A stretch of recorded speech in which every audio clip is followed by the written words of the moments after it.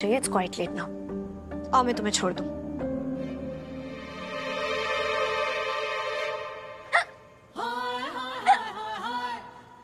ये पानी पियो, तुम्हें बेटर लगेगा। अरे नहीं नहीं, अब ना हिचकी सिर्फ दो ही चीजों से जाएगी, या तो मेरी जान जाएगी या फई का बनाया हुआ काढ़ा। मैं तो जान दे नहीं सकती, आपका बहुत सारा काम जो करना है तो आप ही दे दो।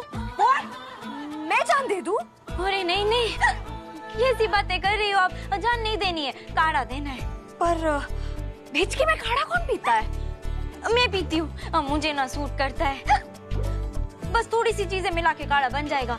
तुलसी, इलायची, पुदीना, अदरक, लौंग, गुड़, अजवाइन, शहद। हाँ, मैं काढ़ा बनाऊं तुम्हारे लिए? ओह गॉड, क्या क्या करना पड़ रहा है। मम्मी तेरे ते मिले बिना ना जा सकती, तेरी नींद आ रही है तेरे ते मिलने।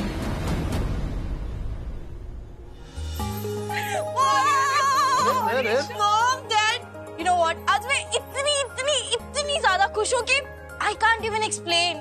And इन कुछ दिनों में जो कुछ भी मेरी लाइफ में हो रहा है ना, ये बिल्कुल एक सपने की तरह लग रहा है। And finally, मेरी दीप के साथ सगाई हो रही है। Mom, I'm so happy. और आपको पता है, मेरी लाइफ में इतनी सारी खुशियाँ भरने का क्रेडिट किसे जाता है? किसको? आप दोनों को, of course. Thank you so much. Mom, Dad, मैं ना गॉड से प्रे करूंगी कि इस दुनिया में हर बच्चे को आप दोनों जैसे प्यार करने वाले पेरेंट्स मिले। और उन सारे पेरेंट्स को मेरी ईशा जैसी बेटी मिले। पता है ईशा, माँ बाप ना बच्चों की खुशियां देखकर बहुत खुश हो जाते हैं। बच्चे खुश तो माँ बाप खुश। पर मुझे ये नहीं पता था कि मेरी ईशा जब बहुत खुश होती है तो खूब नाचती है और इतना सारा बोलती भी है। मेरी गुड़िया को किसी की नजर ना लगे। अब चल और जाके सो जा, कल सबकी नजर तुझ पर होगी। और मैं चाहती हूँ कि मेरी गुड़िया ना एकदम राजकुमारी जैसी लगे, बहुत सुंदर। या गुड नाइट मम्मा। गुड नाइट मेरी बेटी। Good night daddy. Good night बेटा। I love you both. अरे साले साहब, आप मेरी बात समझने की कोशिश क्यों नहीं कर रहे हैं? अरे ना तो वो अनु आंटी की छोरी है और ना वो धोखेबाज जिसे आप पागलों की तरह ढूंढ रहे हैं। साले साहब, मैं आपके आगे हाथ जोड़ता हूँ, वैसे एक न एक दिन हम पिट जाएंगे।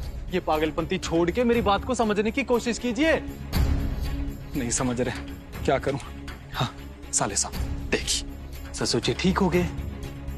अब ईशा की शादी होने वाली है। जैसे ईशा की शादी हो जाएगी, इस घर से चली जाएगी, हम ससुर जी को प्यार से बैठा के समझा देंगे कि ससुर जी देखिए, जिसे आप अपनी बहू समझ रहे हैं वो आपकी बहू नहीं है, उसकी हम शक्ल है, और मंजरी को कर देंगे अलविदा। What? ये मैं नहीं कर सकता।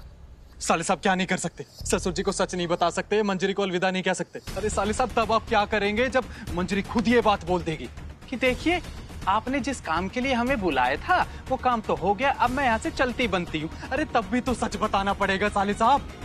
कोई बाहर का आदमी आके सच बताए, इससे अच्छा है कि हम खुद जाके ससुर जी को सच बता दे, पिटने से बच जाएंगे। आप सही कह रहे हैं होशियार जी। हाँ। इससे पहले कि उसके बारे में डैड को किसी और से पता लगे, मैं उसे अपने पूरे परिवार से हमेशा हमेशा के लिए दूर कर दूंगा। यस।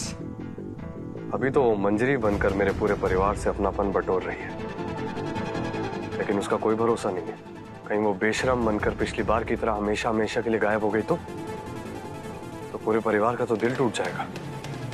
जो अपनी माँ की फीलिंग्स के बारे में नहीं सोचती, अपनी दादी के इमोशंस के बारे में नहीं सोचती, वो मेरी फैमिली के बारे में क्या सोचेगी? करेक्ट। देखा रागिनी, हमारी ईशा कितनी खुश है। हाँ राम, ईशा को खुश देखकर बहुत अच्छा लग रहा है। पर हमारे मन पर जो बोझ बढ़ता जा रहा है, उसका क्या करें? नजरअंदाज।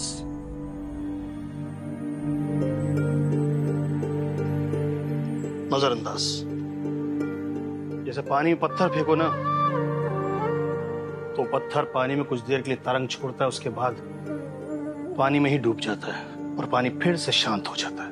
वैसे ही ईशा की खुशियों की तरंग के साथ ये बोझ भी हमारे मन में एक न एक दिन डूब ही जाएगा। और मैं उम्मीद करता हूं कि सब कुछ ठीक हो जाए। बहरहाल इस वक्त हमें हमारी बेटी की खुशियों के बारे में सोचना है और कुछ नहीं।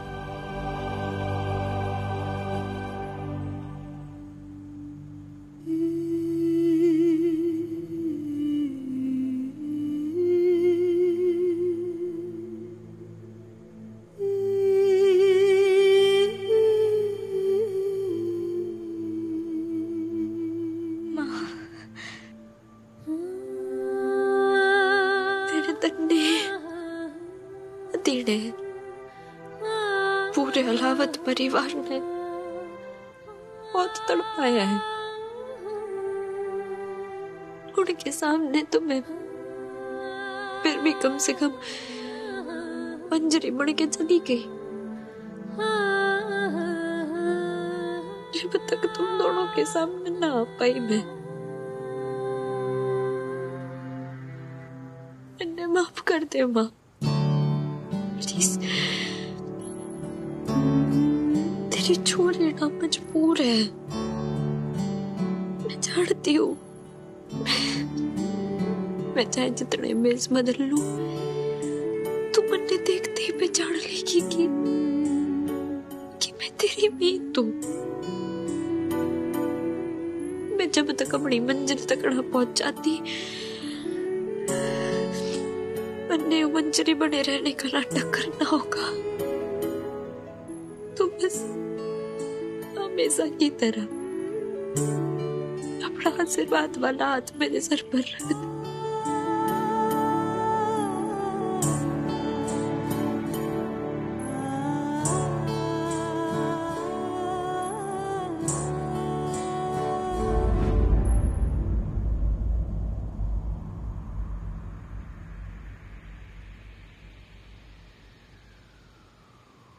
मीत,